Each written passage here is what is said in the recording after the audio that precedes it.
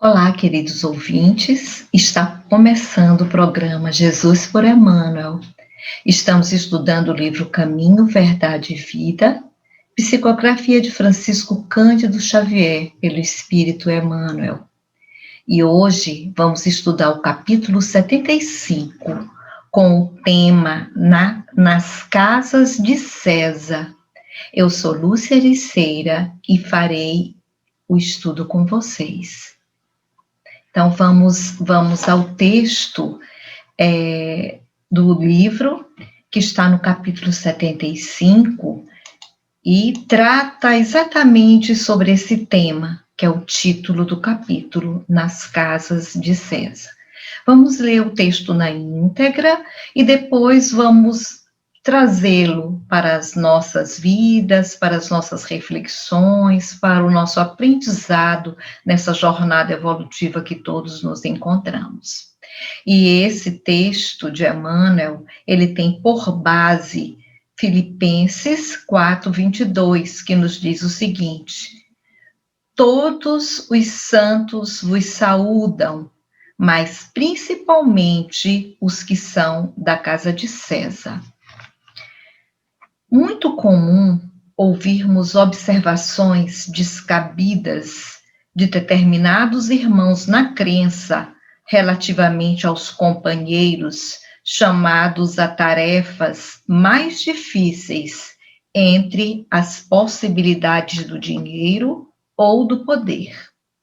A piedade falsa está sempre disposta a criticar o amigo, que, aceitando o laborioso encargo público, vai encontrar nele muito mais aborrecimentos que notas de harmonia. A análise desvirtuada tudo repara maliciosamente. Se o irmão é compelido a participar de grandes representações sociais, costuma-se estigmatizá-lo como traidor do Cristo. É necessário despender muita vigilância nesses julgamentos. Nos tempos apostólicos, os cristãos de vida pura eram chamados santos. Paulo de Tarso, humilhado e perseguido em Roma, teve a ocasião de conhecer almas nessas condições. E o que é mais de admirar, conviveu com diversos discípulos de semelhante posição, relacionados com a habitação palaciana de César. Deles recebeu atenções e favores, assistência e carinho. Escrevendo aos Filipenses, faz menção especial desses amigos do Cristo. Não julgues, pois, a teu irmão pela sua fortuna aparente ou por seus privilégios políticos. Antes de tudo, lembra-te de que havia santos na casa de Nero e nunca ouvides tão grandiosa lição. Então, é uma reflexão muito importante para todos nós, que na maioria das vezes nos precipitamos com julgamentos inoportunos acerca de outras pessoas. E aqui eles nos chamam a atenção exatamente para aquelas pessoas que aparentemente ocupam posições privilegiadas na vida, pessoas que possuem uma vida financeira abastada ou que têm cargos políticos, e que geralmente nós temos julgamentos baseados numa visão totalmente distanciada da realidade e nos achamos no direito de julgar, de criticar, principalmente nos meios religiosos, em que nós achamos que essas pessoas são inimigas de Jesus, não podem seguir Jesus, porque o dinheiro seria um fator impeditivo. E Emmanuel nos chama a atenção que essas provas do poder, do destaque, do dinheiro, são as mais difíceis. E quando, mesmo apesar de todas as aparentes facilidades que o mundo oferece a essas pessoas, eles ainda assim usam essa ferramenta como um meio de servir a Jesus. E aqui você percebe que Emmanuel, ele pinça um versículo da carta aos Filipenses, onde ele refere-se aos santos. E entre esses santos, ele se refere aos da casa de César. E nós sabemos que o nome César refere-se a Roma, porque todo o império ele está baseado nessa sucessão, nessa dinastia de César. E aqui metaforicamente, quando fala em casa de César, está se referindo a Roma. E com todo o poderio econômico, com todo o poderio político que Roma exerceu no tempo antigo. E nós percebemos que ainda assim Paulo tinha uma relação de amizade, tinha uma relação de trabalho com vários homens de destaque em Roma. E quando ele fala aqui em santo, nós percebemos que todas as escrituras, quando se refere a santo, não é nessa conotação que nós compreendemos atualmente, de ser beatificado, de ser erigida a uma posição dos santos, como atualmente essa palavra é compreendida. Para as escrituras, para essa tradição judaico-cristã, a palavra santo significa aquele que está separado, aquele que está preparado para o serviço do Senhor. É o escolhido no sentido de estar preparado para essa finalidade. E quando ele fala entre os santos, os da casa de César, nós percebemos que mesmo neste meio de destaque político, de destaque de poderio financeiro, havia pessoas que estavam preparadas para compreender a fé que o Cristo nos trouxe, para compreender essa mensagem extraordinária do cristianismo. E se nós formos observar dentro de todo o Novo Testamento, nós percebemos homens, embora poderosos, centuriões, quiliarcas, que ajudaram muito nesse processo de disseminação, inclusive dando testemunho de uma fé extraordinária.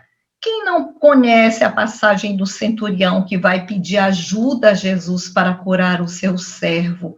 E ele diz a Jesus: Senhor, eu não sou digno que entreis em minha morada, mas dizer uma palavra e o meu servo será salvo. E ele faz aquela comparação, porque eu tenho um homem sob a minha ordem, e se eu disser a um faz, ele fará. E olha só o reconhecimento da grandeza espiritual de Jesus, a ponto de Jesus afirmar que mesmo em Israel ele não conseguira ver tamanha fé. E nós vamos ver vários e vários exemplos de romanos que se converteram ao cristianismo, dando mostras de uma fé extraordinária.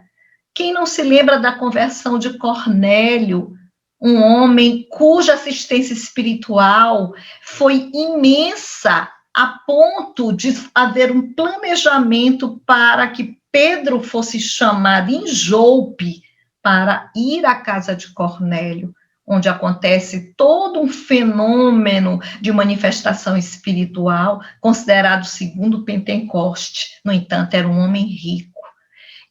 E o que nós atualmente fazemos com os nossos preconceitos? Queremos separar, queremos segregar, queremos julgar, não compreendendo que todos somos filhos de um mesmo Criador, do mesmo Deus, e que devemos buscar essa união, devemos buscar essa fraternidade. E Paulo, ele compreendia muito bem isso, até porque a luta dele era levar a mensagem do cristianismo aos povos, aos gentios, e entre os gentios, os poderosos, os romanos. Por que não levar a todos essa oportunidade? E nós vamos verificar exemplos grandiosos de fé, mesmo dos povos tidos como hereges, tidos como gentios, e diante da oportunidade da luz, deram mostras de uma capacidade de trabalho, de uma fidelidade, de um amor. E nós pensamos o quanto a discriminação afasta, o quanto ela tira essa oportunidade de nós nos convertermos, nos transformarmos, conversão no sentido de fazer nascer um novo homem. E aí, se nós formos perceber quantos exemplos, e nós nos lembramos de quando Paulo começa a ser perseguido e é ameaçado de ser assassinado pelos judeus em Jerusalém, quando eles criam aquela cilada no templo para prendê-lo, e várias vezes tentam matá-lo. E nós verificamos que, logo em Jerusalém, o Cláudio Lísias é quem salva, quem tira Paulo daquela multidão, daquela turba insana que tentava assassiná-lo. E ele é salvo por soldados romanos. Cláudio Lísias, um quiliarca, que tinha sob o seu comando inúmeros soldados, usa desse poder para salvar aquela vida tão preciosa que ainda precisava testemunhar em Roma. E aí ele envia Paulo para Félix na Cesareia, que o protege na prisão para que ele não fosse assassinado pelos seus pares. E depois outro governador representante de Roma ali na província da Judéia, mais especificamente na residência de Cesareia, chega depois do Félix, chega o outro governador que mantém Paulo sobre essa proteção, é o Festo, que mantém Paulo até encaminhá-lo em segurança para Roma.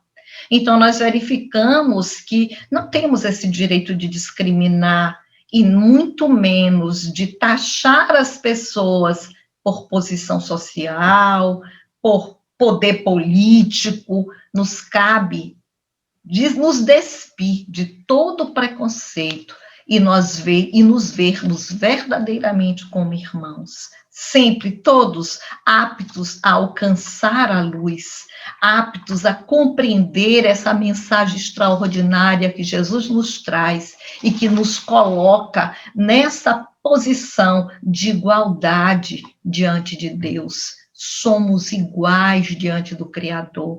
Não importa as diferenças políticas, sociais, as diferenças de classe, nada disso importa. Isso é fruto da injustiça humana, porque a justiça de Deus nos coloca em pé de igualdade. Então, Emmanuel nos conclama aqui, ao final, para não julgarmos o nosso irmão por uma fortuna aparente ou por qualquer privilégio político. Antes, nós precisamos nos lembrar que onde quer que estejamos, nós encontraremos servidores do Cristo, mesmo em antros aparentemente de perdição. As pessoas, nós vamos encontrar pessoas dignas, como ele coloca, mesmo na casa de Nero, um imperador pervertido, mesmo em Roma, que representava todo um poderio de domínio, nós temos exemplos extraordinários de servidores fiéis do nosso Cristo. Que ele nos abençoe e que nos conduza no caminho da união e da fraternidade. Esse foi o nosso estudo do nosso programa, essa foi a nossa contribuição para o estudo da obra Caminho, Verdade e Vida. Amanhã estudaremos o capítulo 77, Paz para Todos.